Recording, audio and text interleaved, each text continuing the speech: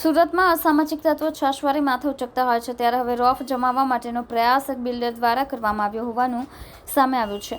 Sir થાણા વિસ્તારની વ્રજરાજ રેસિડેન્સીમાં બિલ્ડરે રોફ પ્રદર્શિત કરવામાં ભાન ભૂલ્યા હતા.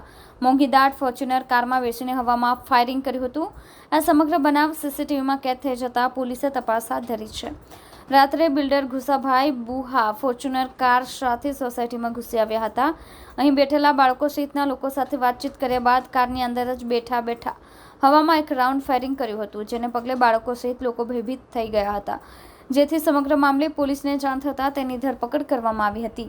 સોસાયટીમાં ફાયરિંગના બનાવના પગલે સરથાણા પોલીસ સ્ટેશનનો કાફલો ઘટના સ્થળે દોડી ગયો હતો. પોલીસ દ્વારા સીસીટીવીના આધારે કાર નંબર સહિતની અને ફાયરિંગ કરનારની શોધખોળ હાથ ધરી હતી.